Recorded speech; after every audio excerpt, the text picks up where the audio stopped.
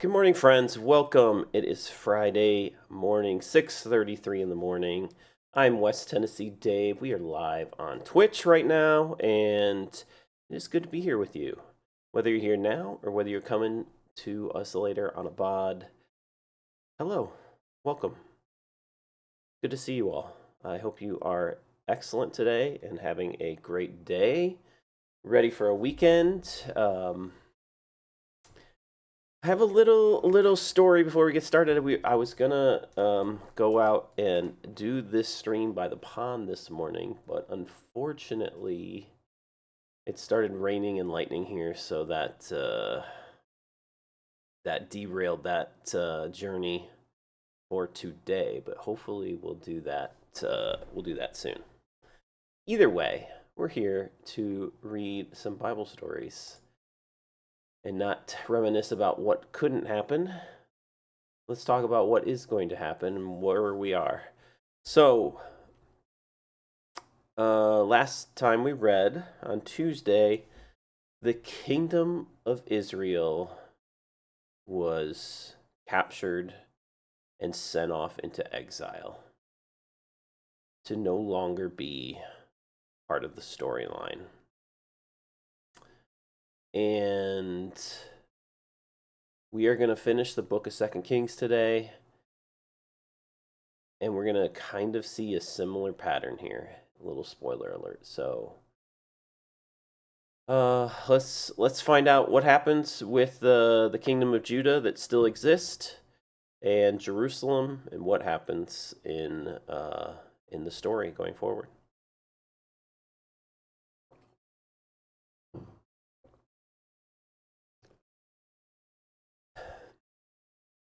Manasseh was 12 years old when he became king, and he reigned in Jerusalem 55 years. His mother was Hespishbah. He did what was evil in the Lord's sight, following the detestable practices of the pagan nations that the Lord had driven from the land ahead of the Israelites. He rebuilt the pagan shrines his father Hezekiah had destroyed. He constructed altars for Baal and set up an Asherah pole, just as King Ahab of Israel had done. He also bowed before all the powers of heaven and worshipped them. He built pagan altars in the temple of the Lord, the place where the Lord had said, "My name will remain in Jerusalem forever." He built these altars for all the powers of the heavens in both courtyards of the Lord's temple. Manasseh also sacrificed his own son in the fire. He practiced sorcery and divination, and he consulted with mediums and psychics. He did much that was evil in the Lord's sight, arousing his anger. Manasseh even made a carved image of Asherah and set it up in the temple, the very place where the Lord had told David and his son Solomon, "My name will be honored forever in this temple and in Jerusalem, the city I have chosen from among all the tribes of Israel. If the Israelites will be careful to obey my commands, all the laws my servant Moses gave them, I will not send them into exile from this land that I gave their ancestors." But the people refused to listen, and Manasseh led them to do even more evil than the pagan nations that the Lord had destroyed when the people of Israel entered the land. Then the Lord said through his servant, the prophets, "King Manasseh of Judah has done many detestable things. He is even more wicked than the Amorites who lived in this land before Israel. He caused the people of Judah to sin with his idols. So this is what the Lord, the God of Israel, says: I will bring such disaster on Jerusalem and Judah that the ears of those who hear about it will tingle with horror. I will judge Jerusalem by the same standard I used for Samaria and the same measure I used for the family of Ahab. I will wipe away the people of Jerusalem as one wipes a dish and turns it upside down. Then I will reject even the remnant of my own people who are left, and I will hand them over as plunder for their enemies. For they have done great evil in my sight, and have angered me ever since their ancestors came out of Egypt. Manasseh also murdered many innocent people until Jerusalem was filled from one end to the other with innocent blood. This was in addition to the sin that caused the people of Judah to commit, leading them to do evil in the Lord's sight. The rest of the events in Manasseh's reign and everything he did, including the sins he committed, are recorded in the book of the history of the kings of Judah. When Manasseh died, he was buried in the palace garden the garden of Uzzah. Then his son Amon became the next king. Amon was 22 years old when he became king, and he reigned in Jerusalem 2 years. His mother was Meshulameth, the daughter of Haruz from Jothbah. He did what was evil in the Lord's sight, just as his father Manasseh had done. He followed the example of his father, worshipping the same idols his father had worshipped. He abandoned the Lord, the God of his ancestors, and he refused to follow the Lord's way. Then Amon's own officials conspired against him and assassinated him in his palace. But the people of the land killed all those who had conspired against King Amon, and they made his son Josiah the next king. The rest of the events in Amon's reign and what he did are recorded in the book of the history of the kings of Judah. He was buried in his tomb in the garden of Uzzah. Then his son Josiah became the next king. Josiah was 8 years old when he became king, and he reigned in Jerusalem 31 years. His mother was Jedediah, the daughter of Adiah from Bozkath. He did what was pleasing in the Lord's sight and followed the example of his ancestor David. He did not turn away from doing what was right. In the 18th year of his reign, King Josiah sent Shaphan, son of Azaleel, the grandson of Meshullam, the court secretary, to the temple of the Lord. He told him, "Go to Hilkiah the high priest and have him count the money the gatekeepers have collected from the people at the Lord's temple. Entrust this money to the men assigned to supervise the restoration of the Lord's temple. Then they can use it to pay the workers to repair the temple. They will need to hire carpenters, builders, and masons. Also, have them buy the timber and the finished stone needed to repair the temple.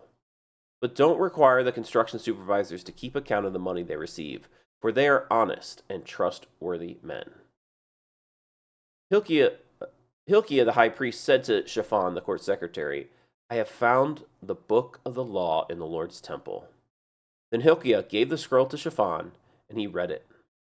Shaphan went to the king and reported, "Your officials have turned over the money collected at the temple of the Lord to the workers and supervisors of the temple." Shaphan has also told the king, "Hilkiah the priest has given me a scroll." So Shaphan read it to the king. When the king heard what was written in the book of the law, he tore his clothes in despair. Then he gave these orders to Hilkiah the priest, Ahikam son of Shaphan, Akbor son of Micaiah, Shaphan the court secretary, and Asaiah the king's personal advisor. "Go to the temple and speak to the Lord for me and for the people and for all of Judah. Inquire about the words written in the scroll that has been found. For the Lord's great anger is burning against us because our ancestors have not obeyed the words in this scroll. We have not been doing everything it says we must do." So Hilkiah the priest, Ahikam, Akbor, Shaphan, and Asaiah went to the new quarter of Jerusalem to consult with the prophet Huldah. She was the wife of Shullam, son of Tikvah, son of Haraz, the keeper of the temple wardrobe. She said to them, "The Lord, the God of Israel, has spoken. Go back and tell the man who sent you, this is what the Lord says. I'm going to bring disaster on the city and its people. All the words written in the scroll that the king of Judah has read will come true. For my people have abandoned me and offered sacrifices to pagan gods, and I am very angry with them for everything they have done. My anger will burn against this place, and it will not be quenched. But go to the king of Judah who sent you to seek the Lord and tell him, this is what the Lord, the God of Israel, says concerning the message you have just heard. You were sorry and humbled yourself before the Lord when you heard what I said against this city and its people, that this land would be cursed and become desolate. You tore your clothing in despair and wept before me in repentance. And I have indeed heard you, says the Lord. So I will not send the promised disaster until after you have died and been buried in peace. You will not see the disaster I'm going to bring on this city." So they took her message back to the king. Then the king summoned all the elders of Judah and Jerusalem, and the king went up to the temple of the Lord with all the people of Judah and Jerusalem, along with the priests and the prophets, all the people from the least to the greatest. There the king read to them the entire book of the covenant that had been found in the Lord's temple. The king took his place of authority beside the pillar and renewed the covenant in the Lord's presence. He pledged to obey the Lord by keeping all his commands, laws, and decrees with all his heart and soul. In this way, he confirmed all the terms of the covenant that were written in the scroll, and all the people pledged themselves to the covenant. Then the king instructed Hilkiah, the high priest, and the priest of the second rank, and the temple gatekeepers to remove from the Lord's temple all the articles that were used to worship Baal, Asherah, and all the powers of the heavens. The king had all these things burned outside Jerusalem on the terraces of the Kidron Valley, and he carried the ashes away to Bethel. He did away with the idolatrous priest who had been appointed by the previous kings of Judah, for they had offered sacrifices at the pagan shrines throughout Judah and even in the vicinity of Jerusalem. They had also offered sacrifices to Baal and to the sun, the moon, the constellations, and to all the powers of heaven. The king removed the Asherah pole from the Lord's temple and took it outside Jerusalem to the Kidron Valley, where he burned it. Then he ground the ashes of the pole to dust and threw the dust over the graves of the people. He also tore down the living quarters of the male and female shrine prostitutes that were inside the temple of the Lord, where the women wove coverings for the Asherah pole. Josiah brought to Jerusalem all the priests who were living in other towns of Judah.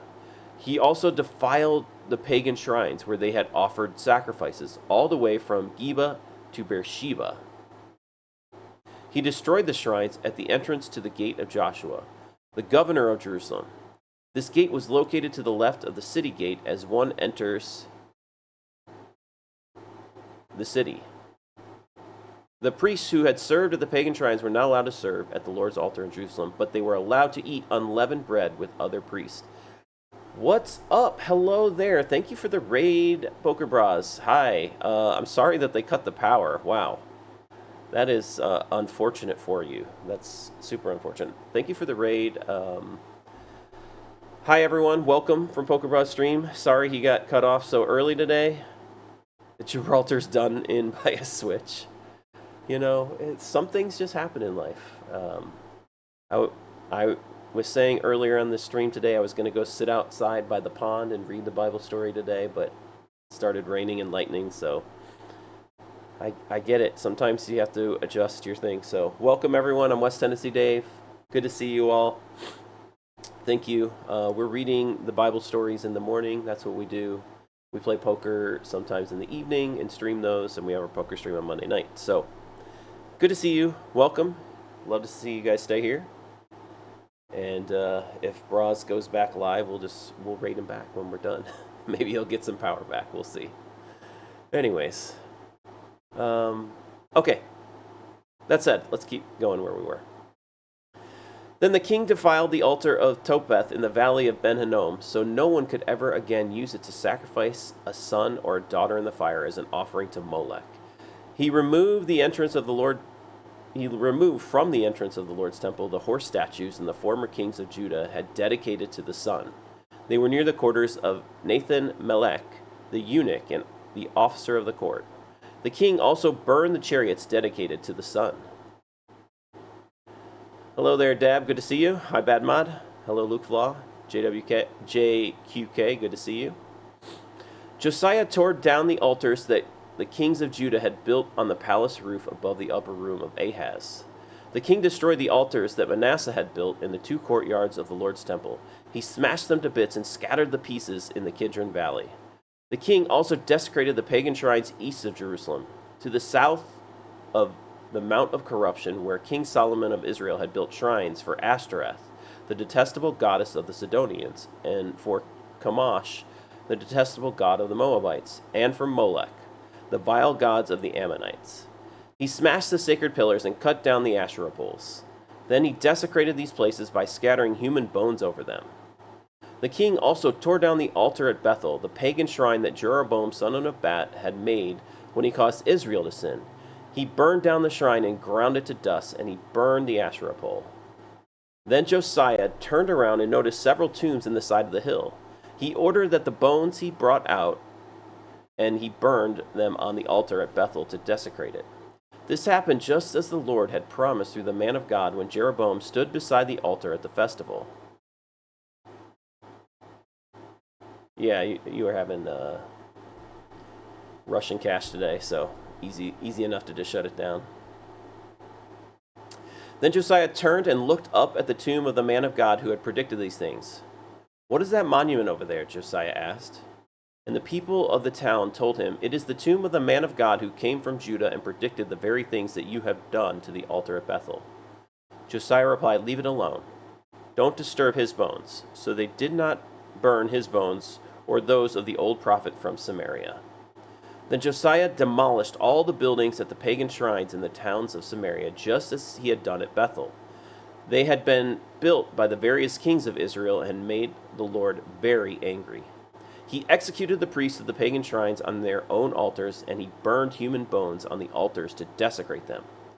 Finally, he returned to Jerusalem.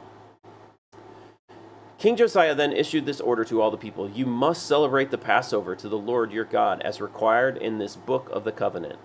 There had not been a Passover celebration like that since the time when the judges ruled in Israel, nor throughout all the years of the kings of Israel and Judah. But in the 18th year of King Josiah's reign, this Passover was celebrated to the Lord in Jerusalem. Josiah also got rid of mediums and psychics and household gods, the idols, and every other kind of detestable practice both in Jerusalem and throughout the land of Judah. He did this in obedience to the laws written in the scroll that Hilkiah the priest had found in the Lord's temple. Never before had there been a king like Josiah who turned to the Lord with all his heart and his soul and strength, obeying all the laws of Moses, and there has never been a king like him since. Even so, the Lord was very angry with Judah because of all the wicked things Manasseh had done to provoke him. For the Lord said, "I will also banish Judah from my presence, just as I have banished Israel. And I will reject my chosen city of Jerusalem and the temple where my name has to be honored." The rest of the events in Josiah's reign and all his deeds are recorded in the book of the history of the kings of Judah. While Josiah was king, Pharaoh Necho, king of Egypt, went to the Euphrates River to help the king of Assyria. King Josiah and his army marched out to fight him, but King Necho killed him when they met at Megiddo. Josiah's officers took his body back in a chariot from Megiddo to Jerusalem and buried him in his own tomb. Then the people of the land anointed Josiah's son Jehoaz and made him the next king. Jehoaz was 23 years old when he became king, and he reigned in Jerusalem 3 months. His mother was Hamutal, the daughter of Jeremiah from Libnah. He did what was evil in the Lord's sight, just as his ancestors had done. Pharaoh Necho put Jehoaz in prison at Riblah in the land of Hamath to prevent him from ruling in Jerusalem. He also demanded that Judah pay 75 pounds of silver and 75,000 pounds of silver and 75 pounds of gold as tribute. Pharaoh Necho then installed Eliakim, another of Josiah's sons, to reign in place of his father, and he changed Eliakim's name to Jehoiakim. Jehoaz was taken to Egypt as a prisoner, where he died. In order to get the silver and gold demanded as tribute by Pharaoh Necho, Jehoiakim collected a tax from the people of Judah, requiring them to pay in proportion to their wealth. Jehoiakim was 25 years old when he became king, and he reigned in Jerusalem 11 years. His mother was Zebdah, the daughter of Pedaiah from Rumah. He did what was evil in the Lord's sight, just as his ancestors had done. During Jehoiakim's reign, King Nebuchadnezzar of Babylon invaded the land of Judah. Jehoiakim surrendered and paid him tribute for 3 years, but then rebelled. Then the Lord sent bands of Babylonian, Armenian, Moabite, and Ammonite raiders against Judah to destroy it, just as the Lord had promised through his prophets. Could they not have easier names? They are tough. These disasters happened to Judah because of the Lord's command. He had decided to banish Judah from his presence because of the many sins of Manasseh, who had filled Jerusalem with innocent blood. The Lord would not forgive this. The rest of the events in Jehoiakim's reign and all his deeds are recorded in the book of the history of the kings of Judah. When Jehoiakim died, his son Jehoiakim,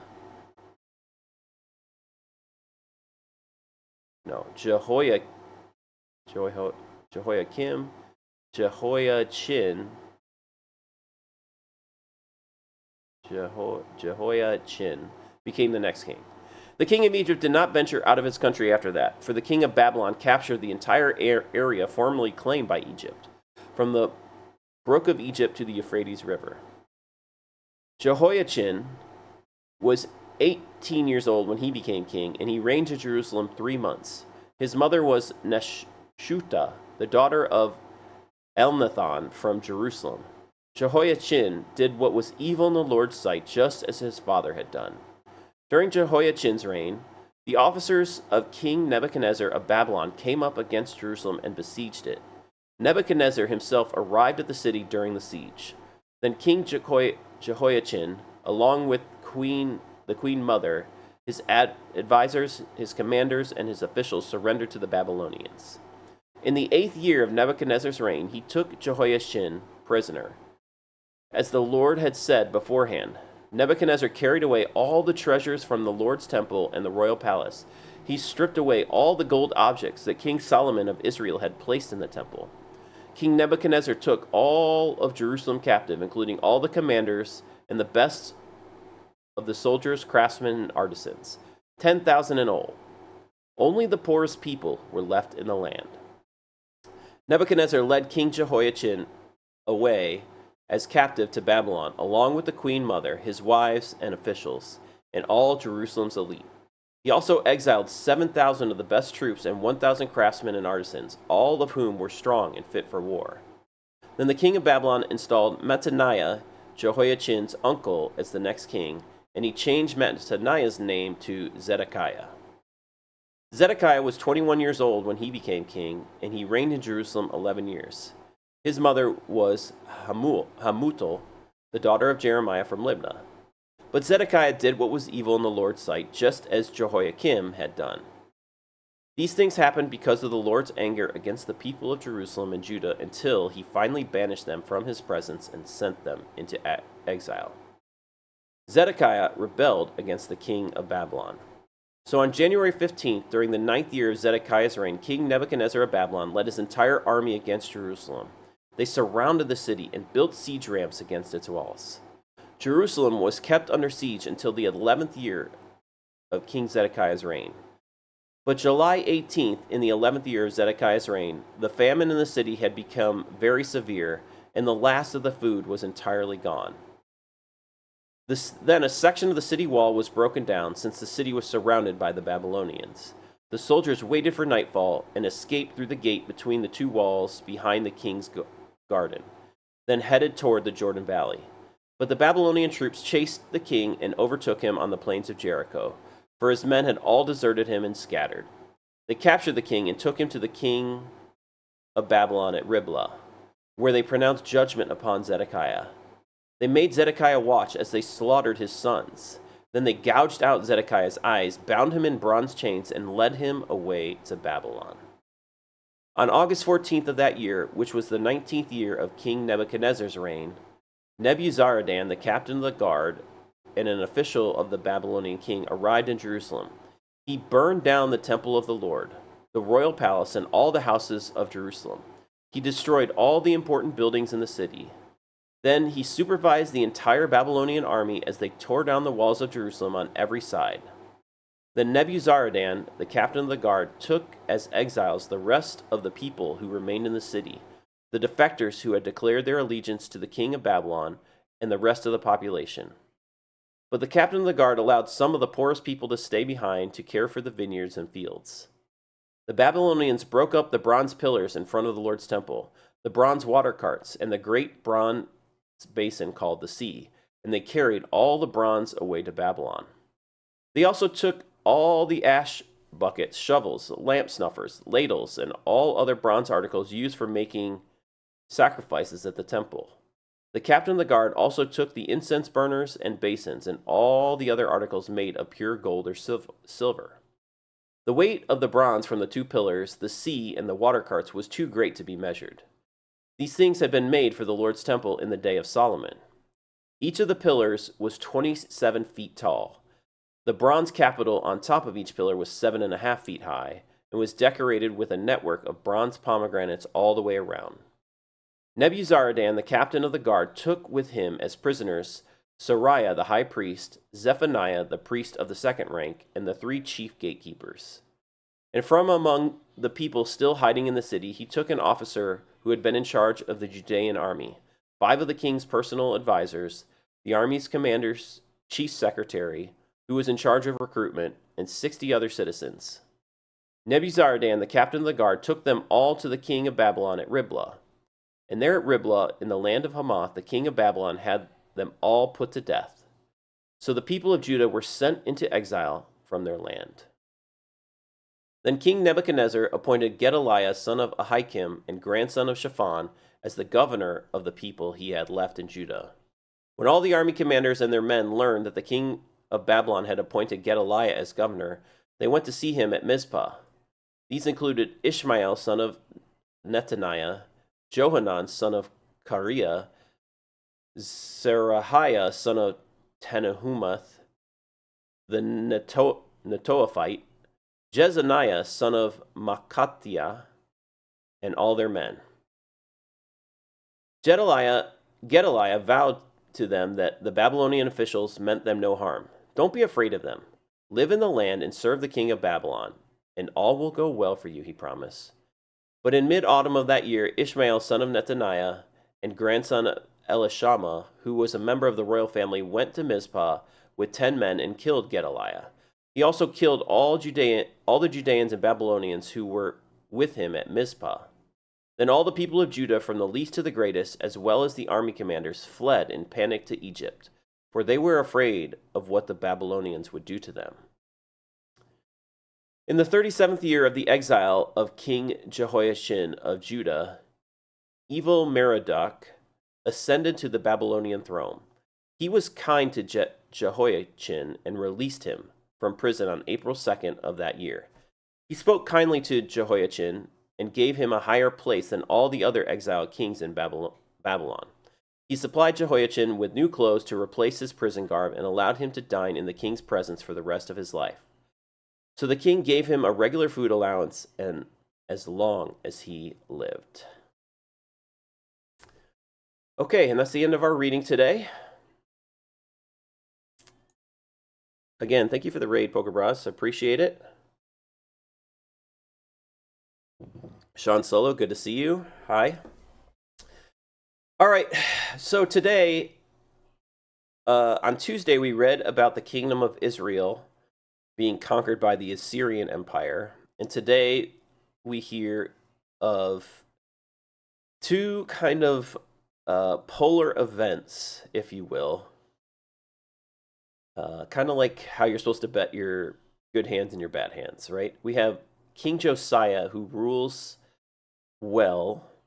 He comes in and finds out that they have not been doing what the Lord wants, and he puts in all the reforms in place and tries to make the people of Judah turn back and worship the Lord properly. I mean, he goes on a rampage.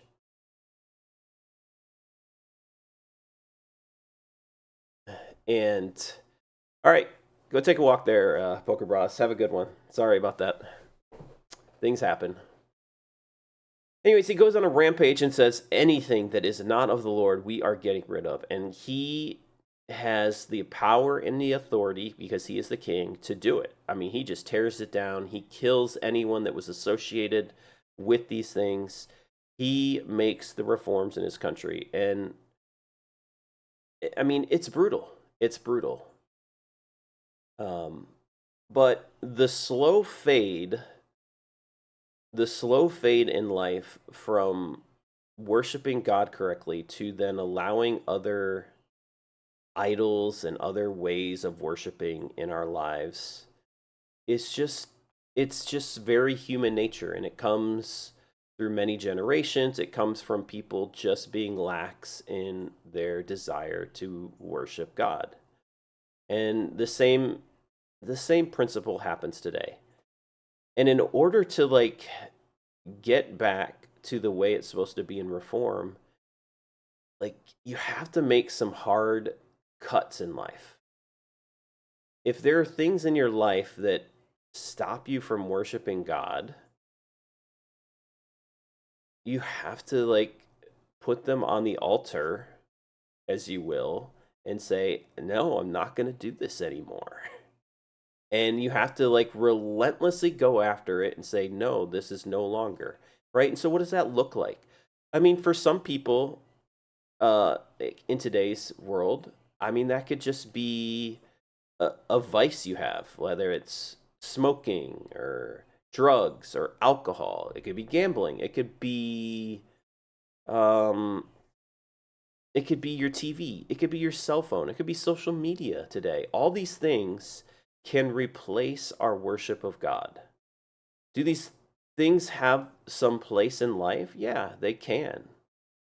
It's not like uh, any of those things are necessarily wrong. But if we basically get our identity and look to them for validation in life, they have become idols in our life. Right? And if you're an alcoholic and you want to get free, like it is a constant, like you can't get rid of alcohol in this world. It's an impossibility. But you can relentlessly get rid of it from your kingdom, from your little sphere of life. Right? Same is true with social media. If it truly is like something that isn't bringing you life, but you look to it to bring you life, you can get rid of it. It's hard. It's not going to be easy. It's going to look very violent to maybe those who you've been around. And when you're just like, I'm not going to partake in these things any longer. But you can. You have the ability to do it. But it's not easy, and it's going to be tough. And so we see that story here with Josiah as king. He's he is dedicating not only himself, but he is going after it because he is the ruler of a kingdom. So this is why rule and authority and power matter. He's like, in under my kingdom, we're not going to do things the old way. We're not going to just allow anything to exist and happen. Because he's like, God is furious. Like, I'm reading it from the old books. The prophets have been saying it. And he goes and finds a prophetess who tells him, yeah, like all these bad things are going to happen. The Lord has decreed it to happen. God doesn't change his mind. He's pissed off at the people. Like, one of the kings just before him, two before him, burned their own son in the fire. Like, this was never a concept that God wanted implemented, to have their people burn their sons to him. It was not part of the storyline. He's like, why would you burn your children to me? It doesn't make much sense. Right? Some of these weird, crazy practices, he's like, the reason I put you in this land is to get rid of that practice, and you've gone back to it. And like, so going back, when you fiercely go back to it. All right, so let's talk about like modern day history. Right? Hitler did some atrocious things in Germany and throughout Europe. Okay? And there was a massive battle.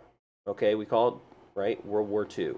A massive battle to get rid of the evil that was happening under this regime. Okay? And to then go back, let's say a few generations later or in the future, and just say, you know what, let's start doing that again. Let's start putting people in concentration camps again. Let's just get rid of them, whether it's the Jews or somebody else. Like, we're just going to get rid of people groups because we don't like them. They're not like us. To take all of the effort of the war to stop the evil, and then the next generation say, it's okay, let's let this kind of evil happen again, is just not acceptable. Like, it tramples on all the blood of all the soldiers that were spilled and all the things that happened. Something has to transpire to say no, that's not going to happen. And God does not like what happened back in World War II, and God doesn't like what happened back in the day when his people said, you know what, you did all this work to get us here, but we're just going to do whatever the heck we want. We're going to worship whatever we want. We don't really follow you anymore. And so he's mad, and eventually the Babylonian Empire rises up, and they come and they completely destroy all the things of the kingdom of Judah. So we saw the rise of power of the kingdoms. First of all, the kingdom of Israel, which was one under Solomon. And right after that, it split because Solomon started worshiping the other gods. He started so well and finished poorly. The kingdom split, the kingdom of Israel, they got captured last time and exiled, and now the kingdom of Judah is in exile in Babylon. And Jerusalem, in the way of worshiping God, has all been dispersed and set aside for a season. And this is what happens. This is what happens. It's the sin, they talk about it, the sin that Jeroboam of Nebat committed of Israel is to start the process of sending people to worship other things besides God. And so the question we have for ourselves is, what are the things that you have allowed or have taken part of that make you worship other things besides God? It's always the question we have in life. What are you worshiping? What has become your God, right? I mean, they talked about the Baals, the Ashereth poles. A lot of those things don't exist to the same level they did back in those days. But there's plenty of others. There's so many others, and you have to just look at it. You have to look at your own life and decide, you know what? What are the things I'm worshiping? And then you have to deal with it if you want to worship God. You have to deal with those things. And it's not going to be pretty. It's going to be a fight. It's going to be a battle. Sometimes it's the internal battle, like Josiah's doing, internal to his kingdom. And sometimes it's the fight to not allow the external things to then start ruling and reigning in your kingdom. And so you're supposed to be a soldier to fight for your little sphere of influence. That's what you're called to if you want to worship God, is to fight for your little sphere, whatever that may be. Maybe that's just your own life. And you know what? Sometimes that's a blessing if it's just your own little life. You know, you live on your own, you get to do your own things. Great. Rule and reign it and make it well. And if you have more, well, there's more responsibility when you're a leader in front of others. So take the responsibility seriously and try to help others. Try not to be a stumbling block, first and foremost, to teach others to not. So if your way of life is stumbling others from worshiping God, like, that's very dangerous. Like, you're becoming Jeroboam, son of Nebat. And when every line from it was talking about these kings followed in the ways of Jeroboam, son of Nebat, there was never a good thing that came from that, from God's thing. And so that's one you have to really be like, whoa, I have influence over people.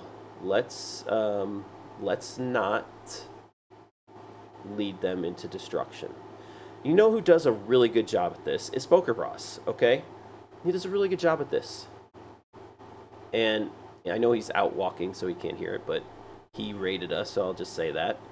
He says, right, now, one, he likes to play poker and gamble, okay? I'm not trying to say that there's no place for any of these things. But he always, always makes the disclaimer, like, do it responsibly. Okay? If you're using all of your life's bankroll to gamble, like, that's not responsible. Gambling is not supposed to take over your life. And if you're literally trying to make your living on random things that have less EV in life, he's like, that's just not very smart or wise, right? So don't gamble with something you can't lose, right? He wants to make that, he's trying to make sure that you're not just falling into the traps, because he realizes, and he's been there, he's been on the other side of it, who's blown his bankroll as a degen. And in the same way, all the other things in your life, look at them and say, you know what, there needs to be some guardrails in place, right? Whether I drink too much alcohol, you know what, you don't have to. You don't have to. Those aren't providing life. And maybe they're providing some solace and comfort, but the Lord wants to be that comfort to you. So there's better alternatives sometimes. And the last thing we want is to be captured and lose our freedoms. And that's what's happened today. And the stories that we read are a warning to us. If you have freedoms, don't take them for granted. You still have to fight for them.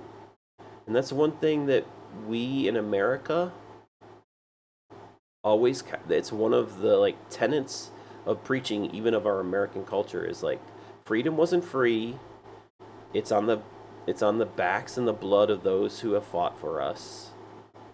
Right? So in the same way, you have to do that in your own life. And so much of life is trying to fight the battles that try to capture us and take us as prisoners. Okay. That said, time for reflection. Time to reflect on your own life and say, I need to, this thing just doesn't need to have the space that it has in my life. Whatever that may be. Each of us are walking our own paths and have our own journeys to battle those out. But that's why we come here. We encourage one another to keep journeying, to keep battling, to keep pressing on to that which is better. So, that said, I appreciate you guys all being here. Thank you. Thank you, Poker Bros, for the raid. Sorry your power's out. For those who came over, I'm West Tennessee Dave. Thank you for all those who have followed. I don't have my alerts on when I do this stream for most things, just because it's a different jive and feel, but that's okay. I will be back with you guys Sunday morning for the next set of stories from the Bible. We have just finished this storyline, and we'll talk about where we go from here, and there's kind of a repeat of a lot of the stories, so we'll read them again in their different versions and tell you what the lens we're going to look through is going forward. And then I'll be back Sunday evening for a poker session, and then Monday night for study streams. So if you guys are looking for any of that, great. And hopefully we'll get another podcast going sometime next week. But until I see you, thanks for being here. Really appreciate it. And I will see you again soon.